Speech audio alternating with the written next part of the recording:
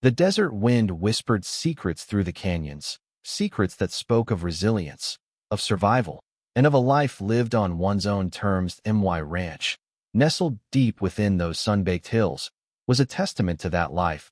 It wasn't much to look at, just a modest adobe house, a barn weathered by decades of relentless sun, and corrals built with my own two hands.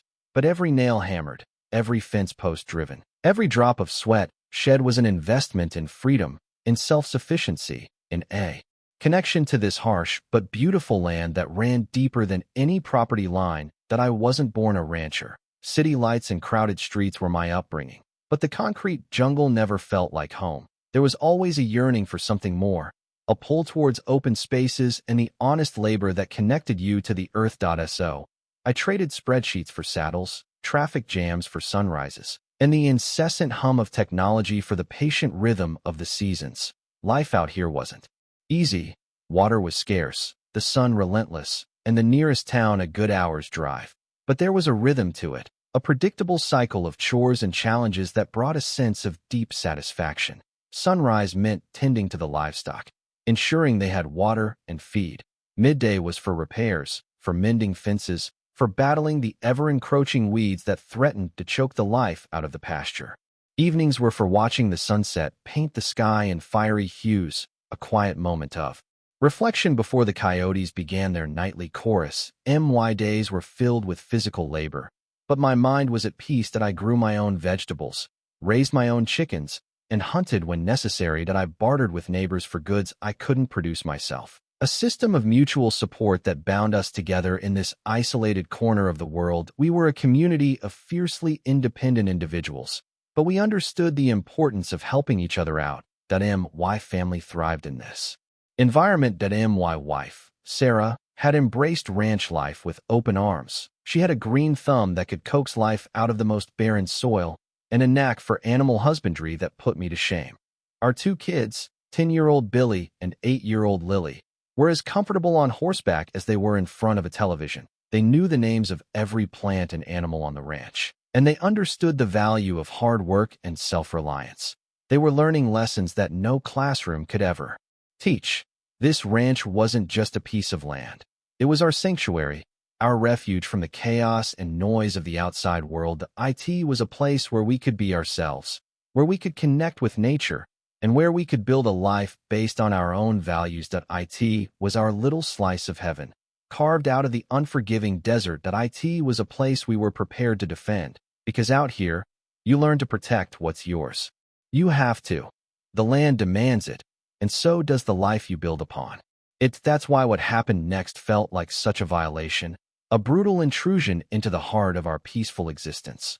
The tranquility shattered with the roar of an engine, not the familiar rumble of my old pickup, but a high-pitched whine that sounded like a swarm of angry hornets. The black SUV, ridiculously out of place amidst the dusty landscape, careened down the dirt track leading to my house, kicking up a cloud of dust that momentarily obscured the SUV. It screeched to a halt just yards from the porch, close enough that Lily's pet rabbit, Thumper, bolted from its cage in a frenzy.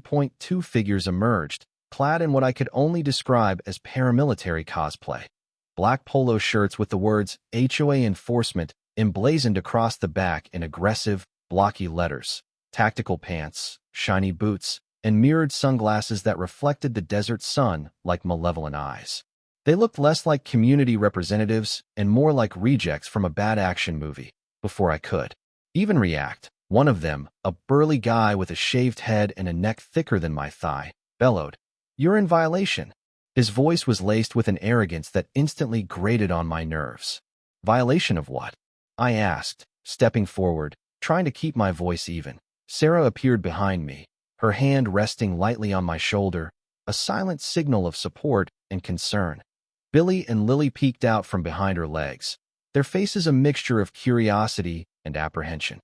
Property maintenance standards. The other figure, a woman with a severe, pinched face and a voice like nails on a chalkboard, snapped. "Your weeds are excessive, your fence is dilapidated, and your property is unsightly. You have 24 hours to rectify these violations or face further action." I stared at them, dumbfounded. HOA? This is private property that there's no HOA out here.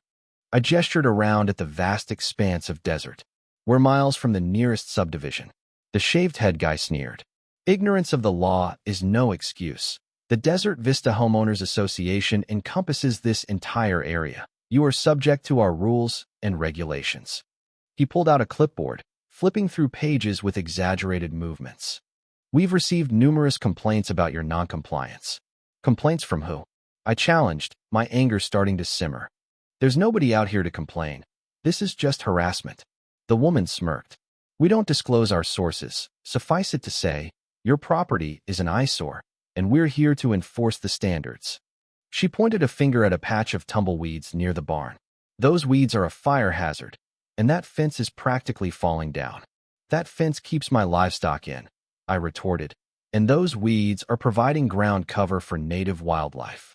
Excuses, the shaved head guy scoffed. We don't care about your livestock or your wildlife, that we care about property values. And your property is bringing them down. He stepped closer, invading my personal space. You need to get your act together, Mr. Dot, or you're going to regret it. His words were a veiled threat, and the arrogance in his eyes was unmistakable. It was more than just about weeds and fences. It was about control, about power, about someone trying to exert authority where they had no right to be. And that's when the anger truly took hold. A cold, simmering rage that threatened to boil over. They had trespassed on my land. They had threatened my family, and they had challenged my way of life. And I knew, in that moment, that I couldn't let them get away with it. The black SUV finally disappeared down the dirt track, leaving behind a lingering cloud of dust and a heavy silence. I turned to my family, my heart sinking as I saw the looks on their faces. Sarah's usual calm demeanor was replaced with a worried frown. Billy, usually brimming with boundless energy, stood rigid, his eyes wide with a mixture of fear and confusion. Even Lily, our fearless little explorer, clung tightly to Sarah's leg, her thumb stuck firmly in her mouth, a habit she usually only resorted to when truly distressed. What was that all about, Dad? Billy asked, his voice barely a whisper. Are we in trouble? I knelt down, placing my hands on his shoulders. No, son, I said, trying to sound reassuring, even though my own stomach was churning with anxiety. We're not in trouble. Those were just some bullies. They were trying to scare us. But why? Lily mumbled, her voice muffled by her thumb. Sarah stepped forward, her voice firm but gentle. They're just trying to push us around, sweetie, but your dad and I aren't going to let them. Her words were meant to be comforting, but I could see the unease in her eyes. She understood the implications of this intrusion far better than the kids did. She knew that it wasn't just about weeds and fences. It was about our safety, our security, our way of life. That night, after the kids were asleep, Sarah and I sat on the porch, the vast expanse of the desert stretching out before us under the starlit sky. The silence was broken only by the distant howl of a coyote, a sound that usually brought a sense of peace, but tonight felt like a mournful lament. What are we going to do? Sarah asked, her voice barely above a whisper. I sighed, running a hand through my hair. I don't know yet, but I'm not going to let them intimidate us. This is our home. Sarah, we've worked too hard for this that I won't let some thugs run us off. I know, she said, squeezing my hand. But I'm worried about the kids. They were really shaken up. They've always felt so safe here. Now. Her voice trailed off, but I knew what she was thinking. The illusion of safety had been shattered. The kids had seen the fear in our eyes, the uncertainty in our voices. They had witnessed the intrusion of something ugly and threatening into their peaceful world. That realization hit me hard, a punch to the gut that fueled my anger even further. It wasn't just about me anymore. It was about protecting my children, about restoring their sense of security, about showing them that we wouldn't be cowed by bullies. That I looked out at the dark horizon, my eyes narrowing. I'll figure something out, I said, my voice hardening. I promise you, Sarah, that I won't let them hurt our family. That night, sleep was fitful and filled with unsettling dreams. Images of black SUVs and mirrored sunglasses danced in my head, mixed with visions of my children's frightened faces that I tossed and turned, unable to shake the feeling of vulnerability, the gnawing fear that our peaceful existence had been irrevocably compromised. That I knew that I had to act, and act decisively. to protect my family and reclaim our sense of security. The stakes were too high to do otherwise. The next morning, fueled by coffee and simmering rage, I set out to unravel the mystery of the Desert Vista Homeowners Association. My initial plan was simple: contact the county, report the trespassers, and let the authorities handle it. But as I soon discovered, nothing about this situation was simple. That a call to the county clerk's office yielded nothing. There was no record of any HOA registered under that name, or any organization claiming jurisdiction over my property. The clerk, a weary-sounding woman named Martha, seemed vaguely amused by my predicament. "Honey," she drawled, "people try to pull all kinds of stunts out here. Just ignore them, and they'll probably go away." But I couldn't ignore them. The fear in my children's eyes, the worry etched on Sarah's face. Those were not things I could simply dismiss, and so I turned to the internet, a resource I usually avoided in favor of more hands-on solutions. Hours melted away as I navigated a labyrinth of websites, forums, and online databases that I searched for Desert Vista Homeowners Association, HOA scams, and property harassment, sifting through a mountain of irrelevant information in search of a single, solid lead. Finally, after what felt like an eternity, I stumbled upon a thread in a local online forum discussing similar incidents in neighboring rural communities. People were reporting aggressive visits from individuals claiming to represent various obscure HOAs, issuing dubious fines and threatening legal action. The consensus was that these were nothing more than extortion attempts, preying on vulnerable landowners who were unfamiliar with the law. One post, in particular, caught my eye. A user with the handle DesertRat72 claimed to have tracked down the individuals behind one of these fake HOAs to a dilapidated office building on the outskirts of a nearby town. He described the operation as a fly-by-night outfit, run by a group of shady characters with a history of petty crimes and questionable business dealings. He even posted a blurry photo of the building, a rundown structure with boarded-up windows and peeling paint. Intrigued, I dug deeper, searching for information about the building's owner and any associated businesses. What I found was a tangled web of shell corporations, anonymous LLCs, and individuals with criminal records. The deeper I went, the more convoluted and disturbing the picture became. It was clear that this wasn't just a simple misunderstanding. It was a deliberate, organized effort to harass and intimidate landowners. Frustration mounted as I realized the limitations of my research. I had uncovered a network of deceit and intimidation, but I lacked the resources and expertise to dismantle it. The authorities seemed unwilling or unable to intervene, and I was left feeling isolated and vulnerable. As the sun began to set, casting long shadows across the ranch, I sat on the porch, staring at the distant horizon. The information I had gathered was both enlightening and infuriating. I knew that the HOA cops were nothing more than glorified thugs, operating under the guise of legitimacy to prey on unsuspecting victims. But knowing that didn't make the threat any less real. In fact, it made it even more dangerous, because now I knew that I was dealing with people who were willing to break the law, to lie and cheat and intimidate, to get what they wanted. And that made them unpredictable and potentially very dangerous. I needed help, and I needed it fast. The setting sun painted the desert in hues of orange and purple as I reached for my phone. It felt strange, almost a betrayal of my self-reliant lifestyle, to admit I needed help. But the faces of my family haunted me, and the unsettling truth about the HOA cops left me with no other choice. I needed someone who understood justice outside the confines of the law. Someone who wouldn't hesitate to stand up to bullies. I needed the Iron Riders. My connection to the Iron Riders was an unlikely one, forged in the crucible of a desert storm 5 years earlier. But I was driving back from town, a load of lumber strapped precariously to my pickup, when the sky turned an ominous shade of green. Within minutes, the wind was howling, and rain was coming down in sheets, turning the dirt road into a treacherous mud pit. My truck fishtailed, skidding uncontrollably before slamming into a deep ditch. I was stranded, miles from nowhere, with a storm raging around me. Just when I was starting to feel a genuine sense of panic, I heard the roar of engines in the distance. Through the blinding rain, I saw them. A pack of motorcycles, chrome gleaming under the flashes of lightning. They were the Iron Riders. a local biker crew known for their fierce independence and their unwavering loyalty to each other. They helped me winch my truck out of the ditch, their faces grim but their actions efficient. They were a rough-looking bunch, leather-clad and tattooed, but there was a sense of honor and camaraderie that was immediately apparent. Their leader, a grizzled old biker named Hank, offered me a tow back to my ranch, refusing any payment. "We look out for each other out here," Hank said, his voice raspy from years of cigarettes and desert wind. "You do the same for us." That night, huddled around a crackling fire in my barn, I learned more about the Iron Riders. They were a diverse group, drawn together by a shared love of the open road and a deep-seated distrust of authority.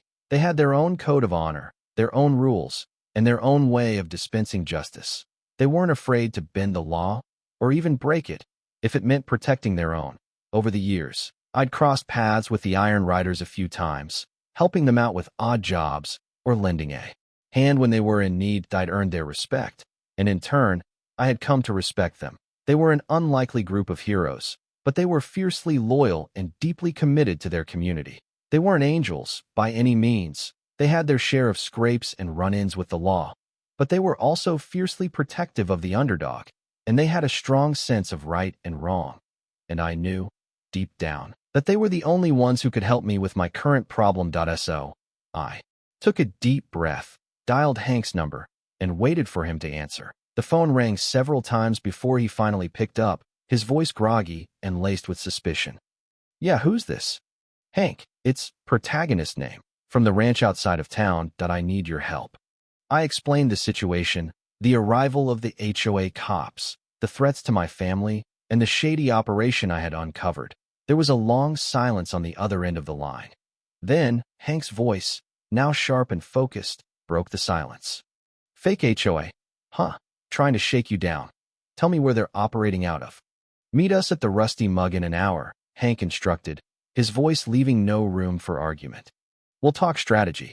The Rusty Mug was a biker bar on the outskirts of town, a dimly lit establishment with a sticky floor, a jukebox that only played classic rock, and an atmosphere that reeked of stale beer and defiance. It was the Iron Riders' unofficial headquarters, a place where they could gather without attracting unwanted attention. When I arrived, the bar was already buzzing with activity. A dozen or so bikers, clad in leather and denim, were gathered around a table in the back, their faces grim and determined. Hank, a towering figure with a handlebar mustache and a weathered face, gestured for me to join them. "All right, protagonist name," Hank said, his voice cutting through the noise. "Lay it all out for us. What do we know about these clowns?" I recounted my research, the lack of any legitimate HOA registration, the online forum posts, and the shady characters behind the operation. That I showed them the blurry photo of the dilapidated office building, their so-called headquarters. "So, they're operating out of that dump?" A younger biker, with a shaved head and a spiderweb tattoo on his elbow, scoffed. "Looks like a good place to burn to the ground." "Hold on, Rooster," Hank cautioned, holding up a hand. "We're not looking to start a war here. We just want to send a message." "That's right," I added. "I don't want any violence. I just want them to leave my family alone." We spent the next hour hashing out a plan. The goal was simple: to pay the HOA cops a visit and make it clear that their harassment was unacceptable, that we wanted to intimidate them, to scare them into backing down, but we didn't want to resort to violence. "We'll roll deep," Hank said, his eyes gleaming. "A show of force. Let them know that they're messing with the wrong people." The plan was to arrive at their headquarters late that night. When they were least expecting it, we would surround the building, making it clear that they were outnumbered and outgunned. That we would demand that they cease their harassment immediately, and we would make it clear that any further attempts to intimidate my family would be met with swift and decisive action.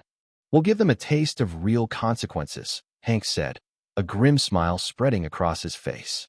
"Chrome and thunder, protagonist name. That's what they're going to get." We agreed on the details, the timing, the route, and the signals. We emphasized the importance of staying calm and avoiding unnecessary violence. We were there to send a message, not to start a fight. As the meeting drew to a close, I felt a sense of cautious optimism. The Iron Riders were a formidable force, and their support gave me the confidence I needed to confront the HOA cops. I knew that there was still a risk involved, But I was no longer alone, that I had the backing of a group of fiercely loyal and deeply committed individuals who were willing to stand up for what was right.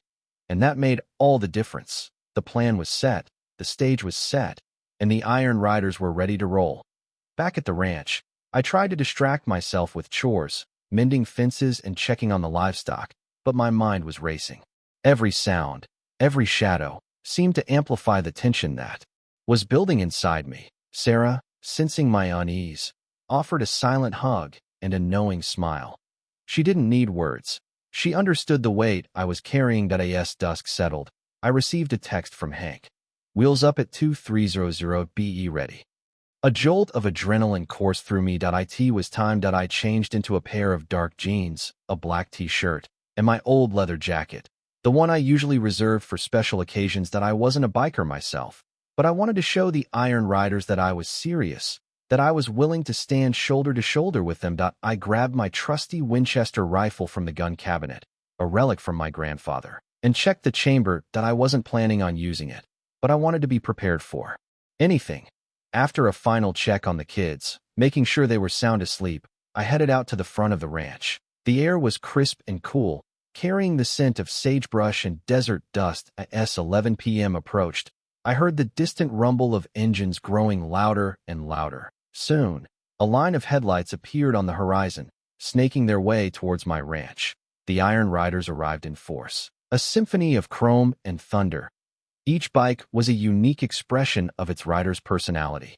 From the sleek, low-slung choppers to the powerful, rumbling cruisers, the riders themselves were an equally diverse bunch, a mix of grizzled veterans and young rebels, all united by their loyalty to the crew and their shared sense of purpose.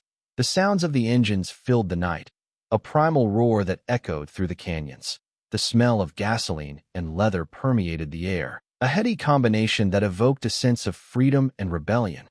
Hank pulled up beside me, his eyes gleaming in the darkness. Ready to ride. Protagonist name?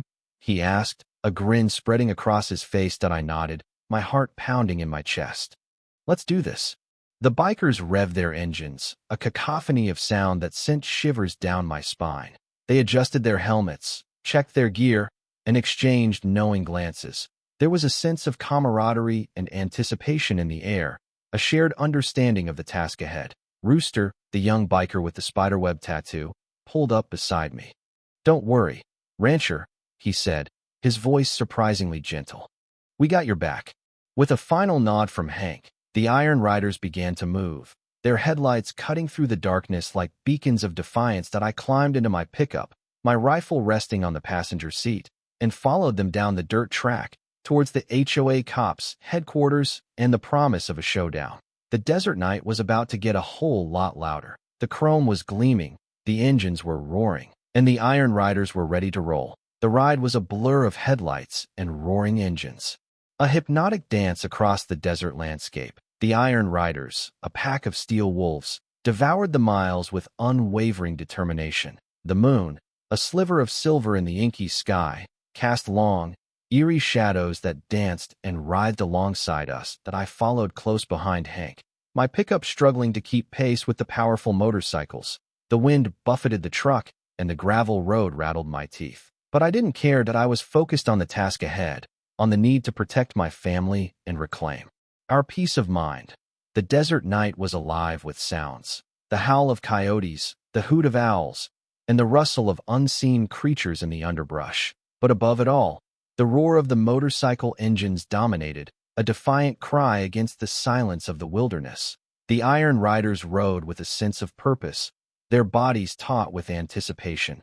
Their faces, illuminated by the glow of the headlights, were grim and determined. They were a force to be reckoned with, a brotherhood forged in the fires of adversity. As we rode, I couldn't help but reflect on the unlikely alliance I had formed with these men. A former city dweller turned rancher, riding alongside a pack of bikers, all united by a common goal, to stand up to injustice and protect the innocent. It was a strange and surreal situation, but it felt right. It felt like I was finally taking control of my own destiny.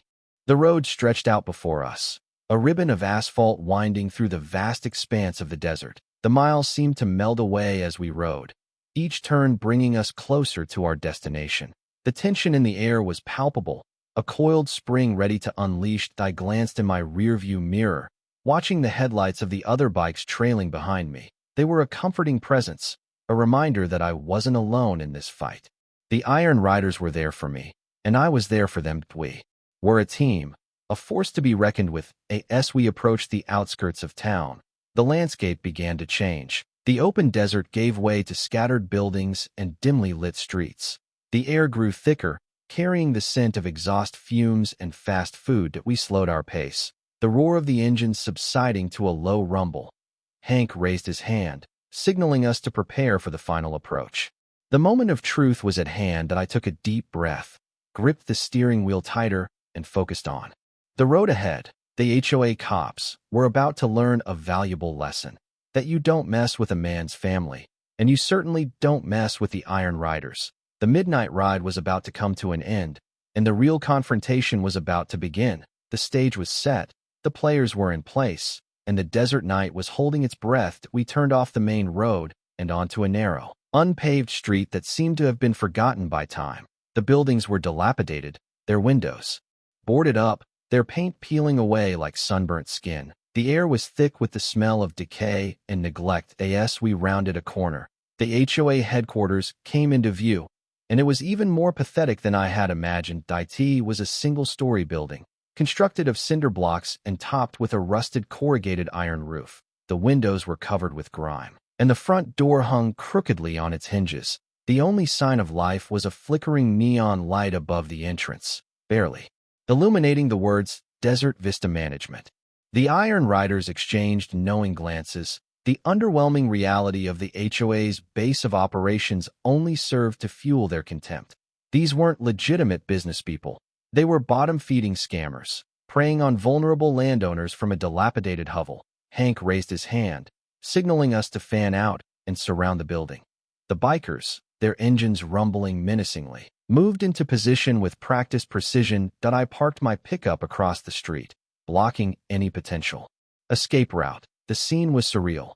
A pack of leather-clad bikers surrounding a rundown building in the middle of the night, all illuminated by the flickering neon sign. That looked like something out of a low-budget B-movie. As we waited for Hank's signal, I couldn't help but feel a sense of grim satisfaction. The HOA cops, with their paramilitary cosplay and their inflated sense of authority, were about to be exposed for what they truly were: pathetic little men hiding behind a facade of legitimacy. The silence was broken only by the idling engines and the occasional creak of the building. The air was thick with anticipation, the tension almost unbearable. Finally, Hank gave the signal. He revved his engine, a deafening roar that shattered the silence and sent a clear message. It was time. The bikers dismounted their bikes, their faces grim and determined. They approached the building with a slow, deliberate pace, their boots crunching on the gravel. I grabbed my rifle from the pickup and joined them, my heart pounding in my chest. We surrounded the building, our presence a silent but unmistakable threat. The HOA cops were trapped, their reign of terror about to come to an end. The underwhelming reality of their headquarters only amplified their vulnerability. They were about to face the consequences of their actions, and they had nowhere to run. The game was over. The chrome was gleaming. The engines were roaring, and the Iron Riders were ready to deliver justice. Hank stepped forward, his towering frame casting a long shadow across the front of the building. He slammed his fist against the crooked door, the sound echoing through the silent street. "Open up," he bellowed, his voice a thunderous roar. "We know you're in there." A few moments of tense silence followed. Then a shuffling sound could be heard from inside. The door creaked open, revealing the shaved-head guy from the ranch, his eyes wide with fear. He was no longer wearing his paramilitary cosplay. He was dressed in a stained t-shirt and a pair of boxer shorts, looking pale and vulnerable. "What do you want?" he stammered, his voice trembling. "We want you to leave," protagonist's name, "and his family alone," Hank growled, stepping closer. "We know what you're up to. We know this whole operation is a scam." The shaved-head guy's eyes darted nervously around, taking in the sight of the Iron Riders surrounding the building. He swallowed hard, his Adam's apple bobbing in his throat. "I don't know what you're talking about," he mumbled, trying to maintain a facade of bravado. "Don't lie to me." Hank snapped, his voice rising. We know you're harassing landowners, issuing bogus fines, and trying to extort money from them. That we know you're nothing but a bunch of thugs. The shaved head guy's face flushed red. This is a legitimate business, he insisted, his voice wavering. We're just trying to enforce community standards. Community standards? I scoffed, stepping forward, my rifle held firmly in my hands. There's no community out here that you're preying on people who are just trying to live their lives in peace. The shaved head guy's eyes met mine, and I could see the fear in them. He knew that he was outmatched, that he had nowhere to turn. We're just doing our job, he pleaded, his voice cracking.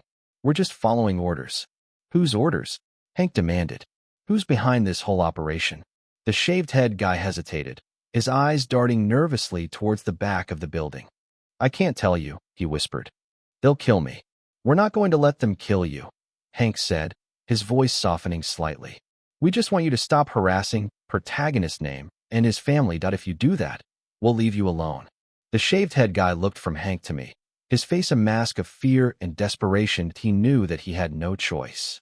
Okay, he said, his voice barely audible. Okay, we'll stop. We'll leave them alone. I promise. I want more than a promise, Hank said, his eyes narrowing. I want you to pack up your things and get out of town. I want you to disappear, and I don't want to ever see you again. The shaved head guy nodded frantically. Okay, that we'll leave tonight. That we'll pack up everything and get out of here. Good, Hank said, stepping back. Then we're done here. He turned to the Iron Riders and gave a nod. Let's ride. The bikers mounted their bikes, their engines roaring to life once again. They peeled away from the building, their headlights cutting through the darkness. I climbed back into my pickup and followed them, my heart filled with a sense of relief and satisfaction. The confrontation was over, and we had won. The HOA cops had been exposed. Their reign of terror had come to an end, and my family was safe. As we turned to leave, a light flickered on in one of the back windows of the HOA headquarters. A figure peeked through the grimy glass, then quickly ducked back out of sight. It was the woman with the severe face, the one with the voice like nails on a chalkboard. Even in the dim light, I could see the fear etched on her face. I knew that she was the brains behind the operation, the one who had orchestrated the harassment and intimidation. The shaved head guy was just a puppet, a muscle-bound idiot following her orders. Hank stopped, turning back towards the building. Tell your friend, he shouted, his voice carrying through the night, that if she ever sets foot on protagonist's name's property again, or if she ever tries to harass him or his family in any way, there will be consequences, and they won't be pretty.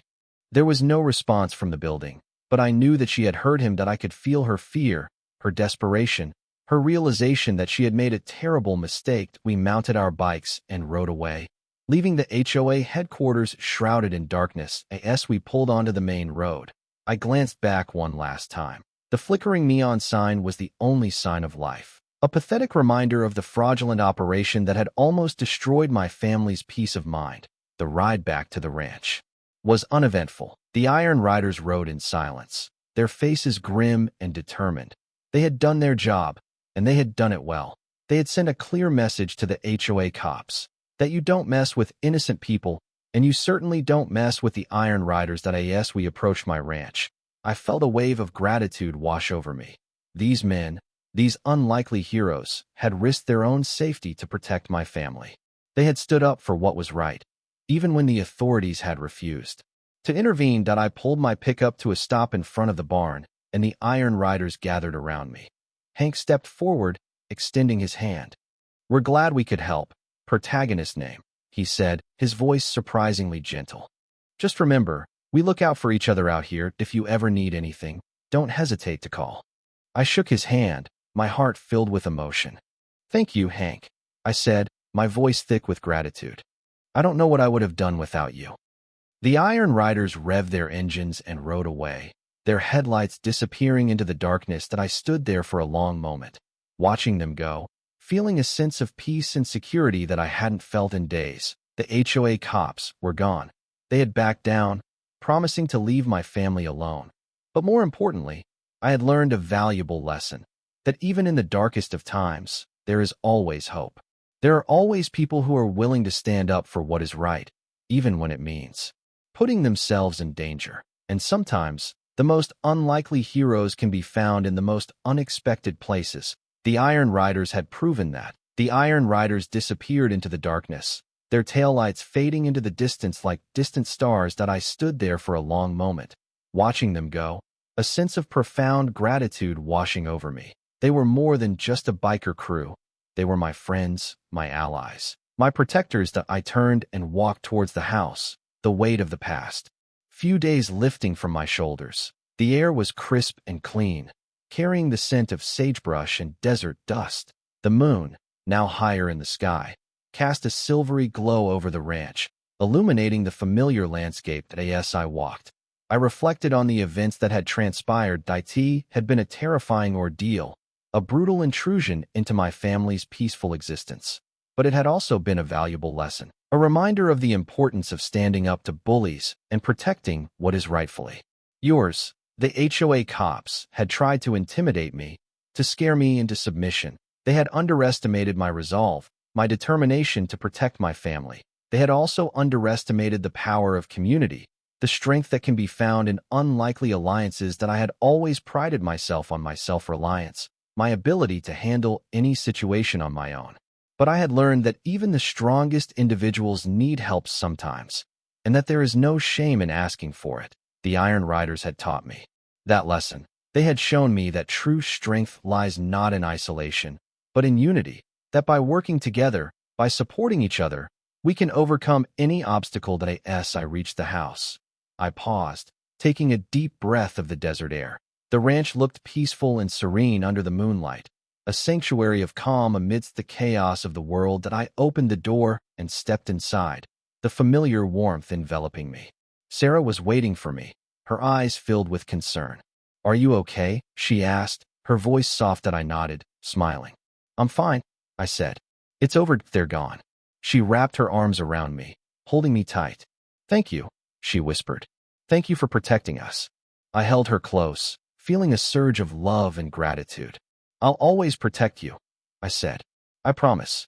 We stood there for a long moment, embracing in the silence of the night. The kids were asleep, their faces peaceful and serene. They were safe, and that was all that mattered. As I drifted off to sleep that night, I thought about the Iron Riders, riding back into the darkness, their chrome gleaming under the moonlight. They were the guardians of the desert, the protectors of the innocent, and I was proud to call them my friends. The midnight ride had come to an end, but the lessons I had learned would stay with me forever. The importance of standing up to bullies, the power of community, and the unwavering loyalty of the Iron Riders.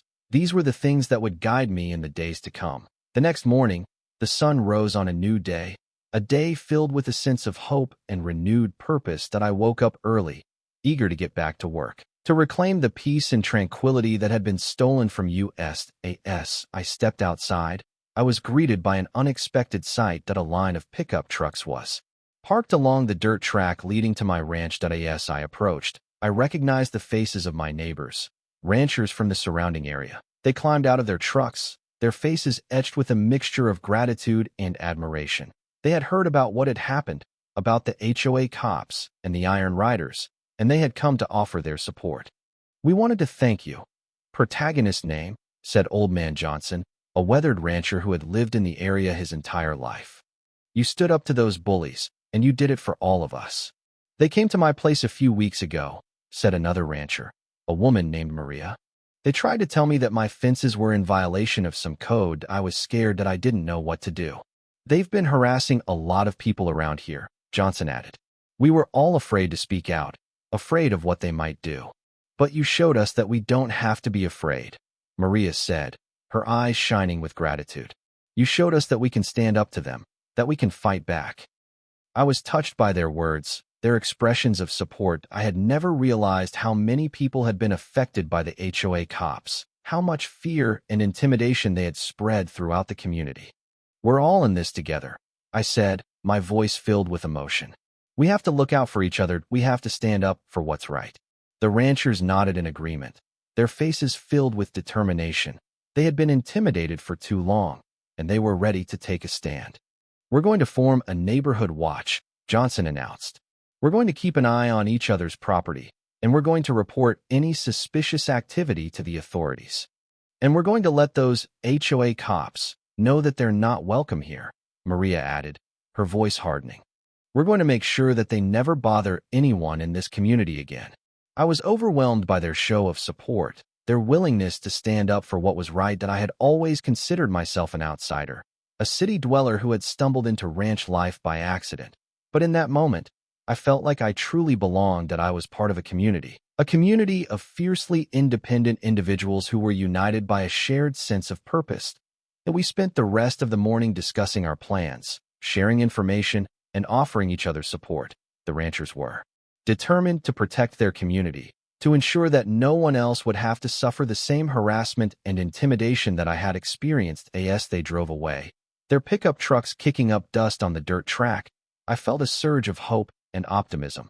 The HOA cops were gone, but their legacy would live on, in the form of a stronger, more united community that we had faced adversity. And we had emerged stronger, more resilient, and more determined than ever before. The desert was our home, and we would protect it together. Even with the HOA cops gone and the community united, a small seed of unease lingered in the back of my mind, that I knew that the world was full of threats, both seen and unseen, and that there was no guarantee that we wouldn't face similar challenges in the future. The woman with the severe face, the one who had orchestrated the whole operation, was still out there. And whoever was pulling her strings, the shadowy figures behind the scenes, were still at large. I couldn't shake the feeling that this was just a temporary victory, that the battle was won. But the war was far from over. That I knew that I had to remain vigilant, that I had to be prepared for whatever the future might hold, that I couldn't afford to let my guard down, to become complacent. My family's safety, and the safety of my community, depended on it. That I spent the next few days reinforcing the ranch, repairing the fences, and clearing away the weeds. That I also invested in a security system, installing cameras and motion sensors around the property. That I knew that these measures wouldn't guarantee our safety, but they would provide an added layer of protection, a deterrent to any potential intruders. That I also made sure that my family was prepared. That I taught Billy and Lily basic self-defense techniques, and I showed them how to use the emergency radio to call for help. That I wanted them to be aware of the dangers that existed in the world, but I also wanted them to feel empowered, to know that they could defend themselves if necessary. Sarah and I discussed our options, exploring different scenarios and developing contingency plans. That we agreed that we would never hesitate to protect our family, even if it meant resorting to violence. That I also made a point of staying in contact with the Iron Riders. That I knew that they were always there for me, that I could count on them to help me in times of need. That I made sure to reciprocate, offering them my assistance whenever I could. That I understood that true security came not from physical defenses, but from strong relationships, from a community that was willing to support and protect each other. The Iron Riders, my neighbors, and my family. These were the people who would stand by my side, no matter what challenges we faced. And as the weeks and months passed, the memory of the HOA cops began to fade. The community thrived, the neighborhood watch was a success, and life on the ranch returned to its normal rhythm. But I never forgot the lessons I had learned. I never forgot the importance of standing up to bullies, the power of community, and the unwavering loyalty of the Iron Riders. These were the values that would guide me in the years to come, the values that would define my life on the desert ranch. The threat might still linger, the unease might still be there, but I was ready. That we were ready. That we were a community, and we would face whatever challenges came our way, together. The desert had taught us resilience, and we would never forget that lesson. The ranch was our home, and we would protect it, always.